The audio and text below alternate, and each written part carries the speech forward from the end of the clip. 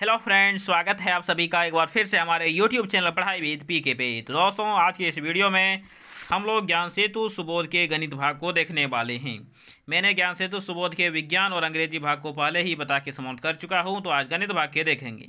तो इसमें हम आज आपके पेज नंबर 105 और 106 गणित के पढ़ेंगे। तो चलिए शुरू करते हैं। लेकिन इससे पहले यदि आप हमारे चैनल पर नए हैं या फिर यदि आपने हमारे चैनल को सब्सक्राइब नहीं किया है तो प्लीज़ एंड प्लीज़ हमारे यूट्यूब चैनल पढ़ाई विद पीके को जरूर से जरूर सब्सक्राइब करें, तैसे अपने दोस्तों को भी शेयर करें।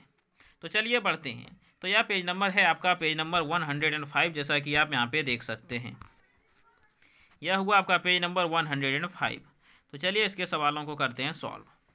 तो इसका जो पहला सवाल है वह यहाँ पे आपको शो हो रहा है कि 400 रुपये 3 वर्ष के लिए 6% वार्षिक ब्याज की दर से उधार दिए जाएं तो साधारण ब्याज की राशि ज्ञात कीजिए। देखिए, तो इसमें हमें साधारण ब्याज निकालने हैं। तो साधारण ब्याज फॉर्मूला क्या होता है? मूलधन। तो मूलधन आपके हैं 400 गुने समय। समय आपके कितने हैं? तो 3 वर्ष गुने दर। दर हैं आपके 6 भगा 100, यही होता है। चलिए, 2 जीरो से 2 जीरो कट गए तो कितने बचे? तो 6 तिया 18 और 18 चौके 72। तो आपका आंसर आ गया 72 रुपये। ठीक है, तो आप लोग इसको इसी तरह से नोट कर लें। चलिए बढ़ते हैं हम अपने अगले सवाल पे, यानी कि अपना सवाल नंबर 2 पे। सवाल नंबर 2 आपकी स्क्रीन पे आपको शो हो रहा है। दिया है, यदि कोई राशि 8 वर्ष में अपने मूल राशि की दुगुनी हो जाती है तो उसकी वार्षिक ब्याज दर ज्ञात कीजिए। देखिए क्या बोल रहा है कि मान लीजिए कोई 100 रुपया था, फिर 100 रुपया बढ़ गया। तो देखो, 100 रुपया तो मेरा ओरिजिनल था, और जो ये जो 100 रुपया बढ़ा वो क्या हुआ? ब्याज हुआ, तब ना ये दो गुना हुआ, 2x हो गया। ठीक है, मतलब कि ब्याज हमारी कितनी होगी? जितनी है उतनी और हो जाएगी। ठीक है, चलो, कहने का मतलब है यदि हमारा ब्याज x है, देखो कि यदि हमारा मूलधन x है, देखो दर तो हमसे पूछा है तो दर को क्या बोलते हैं? r गुने समय। समय दे दिया है 8 वर्ष बटा 100, यह होगा हमारे ब्याज के बराबर। तो ब्याज क्या होगा? x ही होगा। ठीक है, चलो इसे सॉल्व करते हैं। तो r बराबर क्या हो जाएंगे? तो आ इधर आ जाएगा, ये सब इधर आ जाएगा, तो यानी कि ये हमारे हो जाएंगे यहाँ पे आपके 100 गुने x बटा x गुने 8। तो x से x कैंसिल, इसे काटिएगा तो 25 चौके 100, इसे काटिएगा तो 4 दूनी 8, 2 बार में मतलब कि हमारा आंसर क्या आ गया? 25 बटा 2, यानी कि 12.5%। तो 12.5% हो गया यहाँ पे आपका आंसर। तो आप लोग इसे इसी तरह से क्या कर लें? तो नोट कर लें। तो चलिए बढ़ते हैं अपने अगले सवाल पे, जो कि है हमारा सवाल नंबर 3। दिया है, कितने समय में 5,000 रुपये 12% वार्षिक ब्याज की दर से दोगुने हो जाएंगे? ठीक है, तो देखो 5,000 रुपया दोगुना हो जाएगा, मतलब कि 5,000 रुपये पर ब्याज कितना आ जाएगा? 5,000 आ जाएगा। मूलधन तो हमारा 5,000 तो है ही। ठीक है, दर दे दिया 12, समय निकालना है तो समय को हम लोग लिखते हैं t बटा क्या करते हैं? 100। बताओ, 5,000 से 5,000 कट गए तो t बराबर कितना आ गया? तो t बराबर बोलोगे सर हमारा आ गया 100 बटा 12। इसे बताएंगे तो कितना हो जाएगा? तो 25 चौके 100 बटा 3, मतलब कि 25 बटा 3 वर्ष में,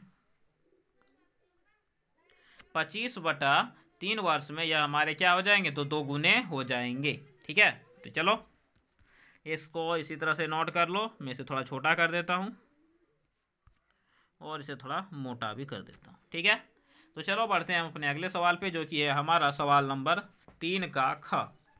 दिया, कितने वार्षिक ब्याज की दर से 5 साल में कोई भी राशि तिगुनी हो जाएगी? अच्छा चलो एक चीज़ बताओ, देखिए राशि यदि हमारी x है, होनी कितनी है? 3x। कितना बढ़ना चाहिए? तो 2x, यानी कि हमारा जो ब्याज होगा वो कितना होगा? 2x। चलो तुम तो समझदार है, समझ जाता है। चलो तो इसे सॉल्व करें, तो यानी कि हमारा ब्याज हो जाएगा 2x, मूलधन हमारा x हो गया, समय तो 5 वर्ष दे ही दिया है, दर हमको निकालना है तो r बटा 100। चलो तो r का मान निकालें, तो 100 और 2x ऊपर आ जाएंगे, तो 100 गुने 2x। पूछो क्यों? क्रॉस मल्टीप्लिकेशन होता है, ये दोनों गुना हो जाएंगे, नीचे कुछ नहीं तो ये दोनों गुना हो जाएंगे। इधर भगा में क्या आ जाएंगे आपके? तो इधर आपके 5 और x आ जाएंगे भगा में, x से x कट गया, 5 से 120 बार में कट गए तो कितने हो गए, तो 20 दूनी 40%। तो कितना प्रतिशत आपका आंसर आ गया, तो आपका आंसर आ गया 20 दूनी 40%। तो यह हो गया आपका आंसर। ठीक है, तो चलिए इसे भी थोड़ा सा कर दिया जाए मोटा। तो आप लोग इसको इस तरह से नोट कर लें। हम बढ़ते हैं अपने अगले सवाल यानी कि सवाल नंबर 4 पे। तो हमारा सवाल नंबर 4 जो कि आपके स्क्रीन पे आपको दिख रहा है, क्या है पढ़िए। दिया है, अनिल ने किसी साहूकार से 12,600 रुपये 15% वार्षिक ब्याज की दर से उधार लिए। 3 वर्ष बाद उसने 7,070 रुपये और एक बकरी देकर कर्ज चुकाया। तो उस बकरी की कीमत ज्ञात करें। क्या बताओ, बकरी देकर जो कर्ज चुकाया वो क्या होगा, उसका जो टोटल ब्याज था, टोटल मिश्र धन था, दोनों के योग के बराबर होगा। यानी कि सबसे पहले इसमें हमें इसका निकालना है मिश्र धन। ठीक है, चलो तो निकालते हैं हम यहाँ पे मिश्र धन। तो मिश्र धन हमारा कितना हो जाएगा, तो मिश्र धन बराबर क्या होता है, मिश्र धन बराबर होता है मूलधन प्लस मूलधन गुने समय जो कि 3 है, गुने ब्याज जो कि 15 है बटा 100। ठीक है, देखिए 2 जीरो से तो 2 जीरो हमारे कट गए। अब चलिए, तो यहाँ पे हमारे हैं 12,600 रुपये प्लस 126 को 45 से आपको गुना करने हैं। तो चलिए इसे गुना कीजिए, क्या होगा हमारा आंसर। तो गुना करने पे क्या आएंगे, तो गुना करने पे हमारे आएंगे आपके 5670 यानी कि 5670 आपके गुना करने पे यहाँ पे आएंगे। तो चलिए अब इसे जोड़ देते हैं। तो 0 और 0 0, 7 और 0 7, फिर आपके 6 और 6 12 के 2, 5 और 2 7 और हाथ में 1 8 और 1 के 1। तो कितने हो गए, 18,270 रुपये यहाँ पे आपके हो गए। तो यह हो गया आपका 18,270 रुपये। तो चलिए पहले मैं इसे थोड़ा छोटा कर देता हूँ, उसके बाद इसके आगे बनाते हैं। ठीक है, तो आप लोग इसे नोट कर लें। अब हमें क्या निकालना है, तो बकरी की कीमत निकालना है, बकरी की कीमत।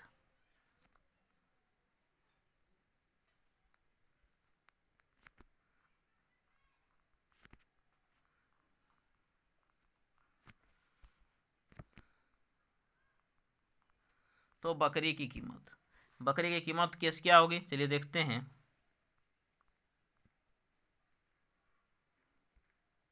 तो बकरी की कीमत बराबर क्या हो जाएगा, टोटल कितना मूल्य हो गया, 18,270 रुपये। तो 18,270 रुपये, ये दिया कितना था, तो 70 70 दिया था। तो चलिए इसे घटाएंगे। तो देखिए 0 में 0 0, 7 में 7 0, 2 में 0 2 और 18 में 7 11, मतलब कि 11,200 रुपये क्या हुए, उसके बकरी के कीमत हुई। तो आपको इसको बस इसी तरह से बना के यहाँ पे छोड़ देने हैं। तो चलिए बढ़ते हैं अपने अगले सवाल पे, जो कि है हमारा आपका सवाल नंबर 5।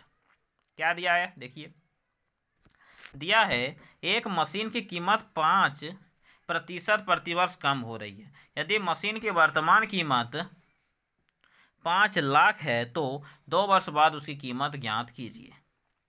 अच्छा बताइए, एक मशीन की कीमत क्या है, 5% प्रतिवर्ष क्या हो रही है, कम हो रही है। मतलब कि आज 5% कम हुई, फिर अगले वर्ष या 5% कम होगी, फिर 5% कम होगी। मतलब कि एक मशीन की जो कीमत है 5% प्रतिवर्ष कम हो रही है। तो मशीन की वर्तमान कीमत यदि 5 लाख रुपए है तो 2 वर्ष बाद उसकी कीमत ज्ञात कीजिए। चलिए देखते हैं कि इस प्रकार के सवालों को हम किस प्रकार से बना सकते हैं। तो चलिए इसे सॉल्व करते हैं। ठीक है, तो देखिए अभी हमारी कीमत कितनी है, तो 5 लाख रुपए। तो इकाई दाई सैकड़ा हजार 10,000 लाख, इकाई दाई सैकड़ा हजार 10,000 लाख, 5 लाख रुपए थी। देखिए यदि 5% कम हुई तो 100 में 5 का कितना बचा, 95 बचा। यानी कि 95 बटा 120 की दाम है।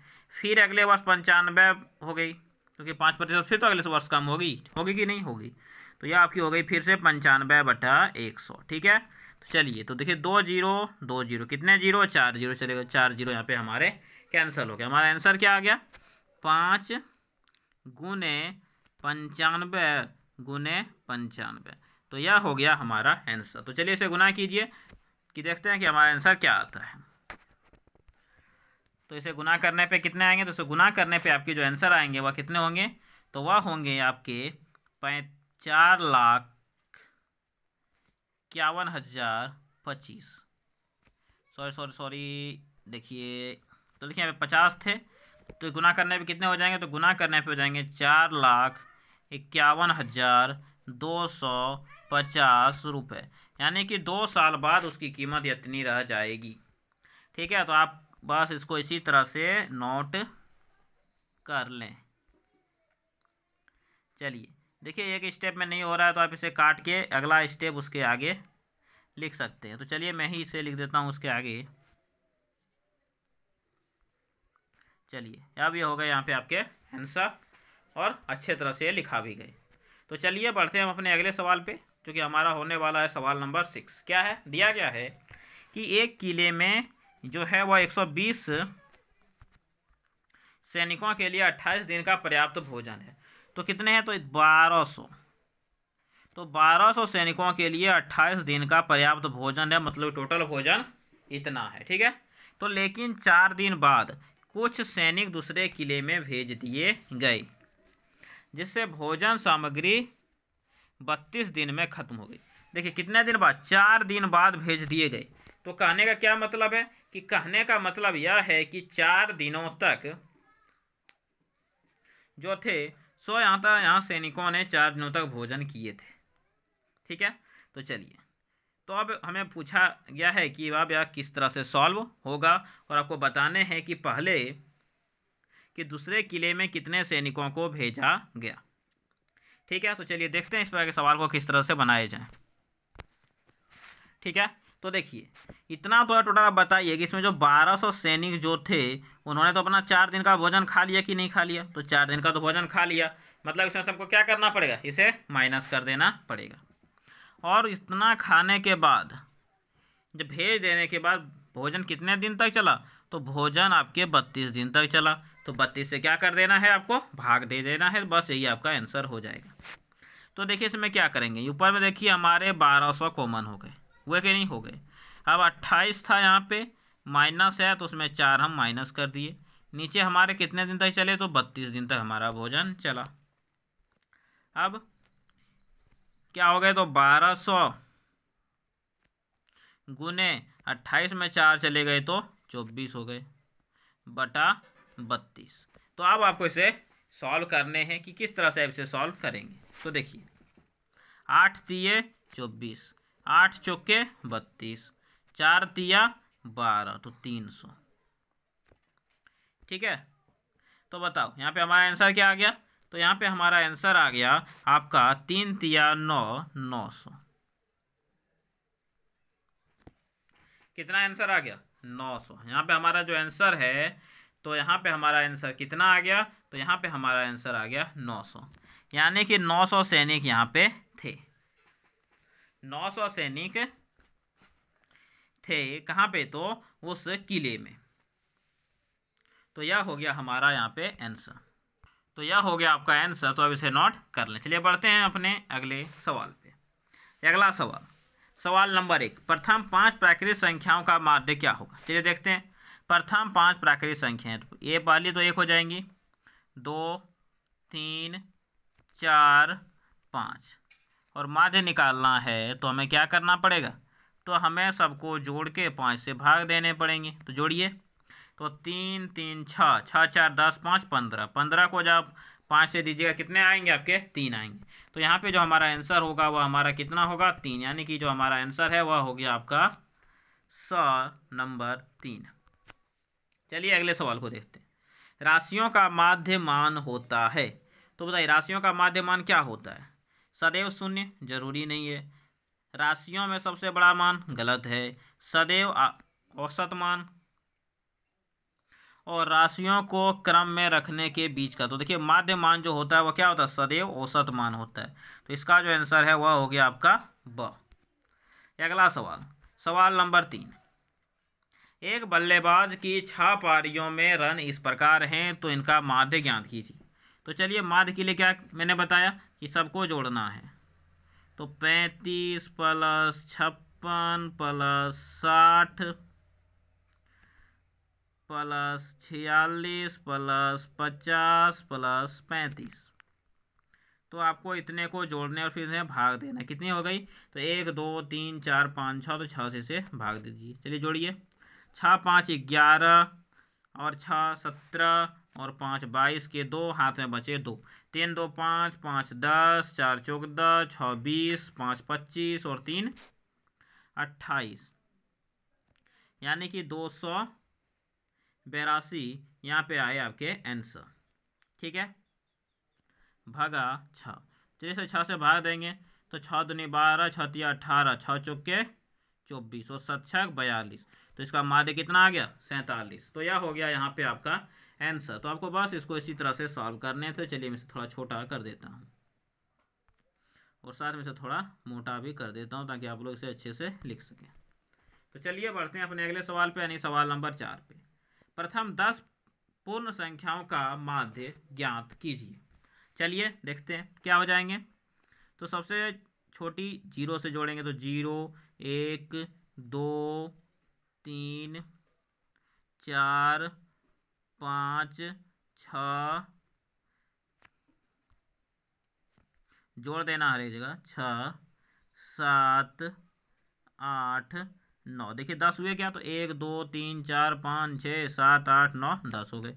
तो 10 संख्या को जोड़ना है, 10 से भाग देना। चलिए जोड़िए।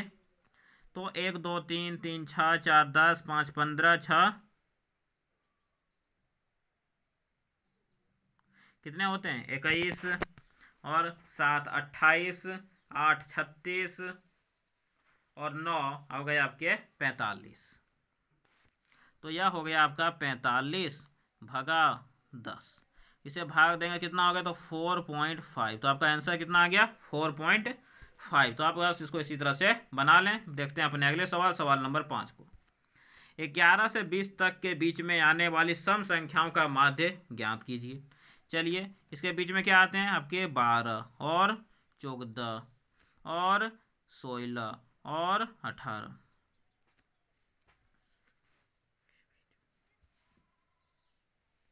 तो यह सब आते हैं आपके 20 में। भगा देना है आपको 4। चलिए जोड़ दीजिए। तो 4 2 6 6 12 और 8 20 के 0, हाथ में 2, तो 4 और 2 हो गए आपके 6, 60/4। तो 15 चौके कितने होते हैं? 60। तो आपका आंसर कितना आ गया? 15। चलिए अगला देखते हैं। दिया है कि अंकों का समांतर माध्य 4 है, तो x का मान ज्ञात कीजिए। देखिए माध्य बराबर 4 दे दिया गया। चलिए 4 होगा। इधर क्या है आपका? 3 plus 4 plus 8 plus 5 plus x plus 3।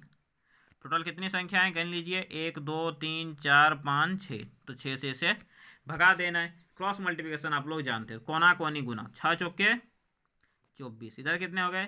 तो 4 3 7 8 15 5 20 और 3 23 हो गए। तो 23 प्लस x। तो x का मान कितना हो जाएगा? तो बोलेगा सर 24 में 23 को घटा दीजिए, तो आसान सा चीज है। तो आपका आ गया x का मान 1। ठीक है, तो बस आप इसी को इसी तरह से नोट कर लें। चलिए बढ़ते हैं अपने अगले सवाल पे, सवाल नंबर 7 पे। सवाल नंबर 7 दिया गया है कि राशियों 3.5 5.25 इन सब का माध्य मान ज्ञात कीजिए। आने के सबको आपको जोड़ने हैं। क्या करने हैं? जोड़ने हैं। तो माध्य क्या हो जाएगा? तो जोड़िए सबको। तो आप लोग इसे लिख लीजिएगा, मैं इसे डायरेक्ट जोड़ता हूँ। ठीक है, क्योंकि मैं चलिए लिख ही लेता हूँ। तो 3.5 प्लस 4.25 प्लस 0.50 और जो भी है सब आपको इस तरह से जोड़ के लिख लेने हैं। ठीक है, और जितने हैं आपको उनसे से भाग दे देना है।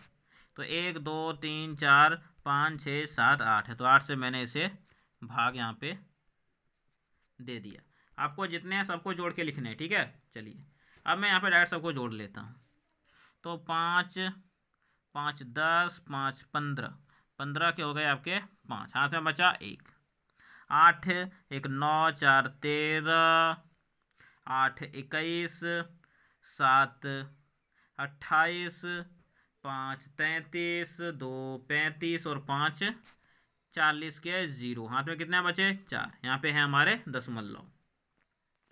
तो 4 3 7, 4 11, 4 15, 15 और 6 होते हैं 21, 5 26, 3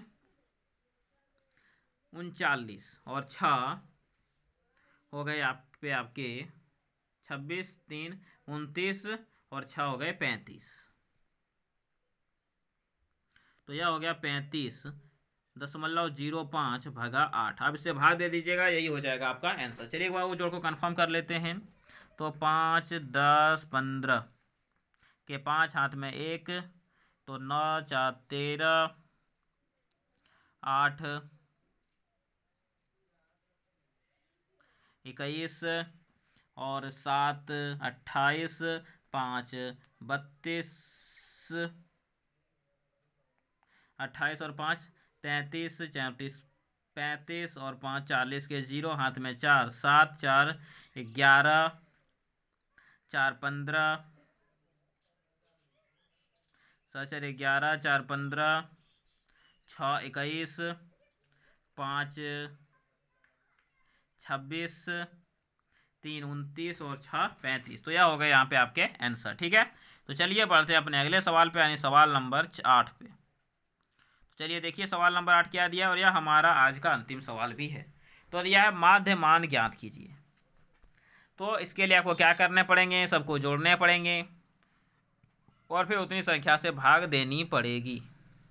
ठीक है, तो आपको क्या कर देना है, यहाँ पे सबके बीच में आपको जोड़ देना है। सबको क्या कर देना है? जोड़ देना है। ठीक है, चलिए मैं डायरेक्ट जोड़ता हूँ इसे।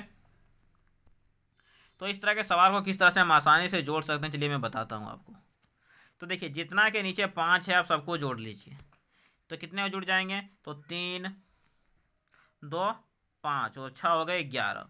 तो आपको 11/5 लिख दीजिए। फिर जितने के नीचे 3 है उनको जोड़ दीजिए।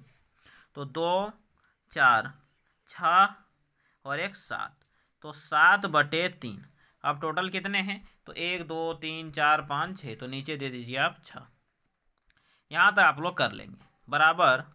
अब यहाँ पे एलसीएम लेना है, तो एलसीएम आपका 15 आ जाएगा। नीचे में आपका 6 तो पहले से ही है।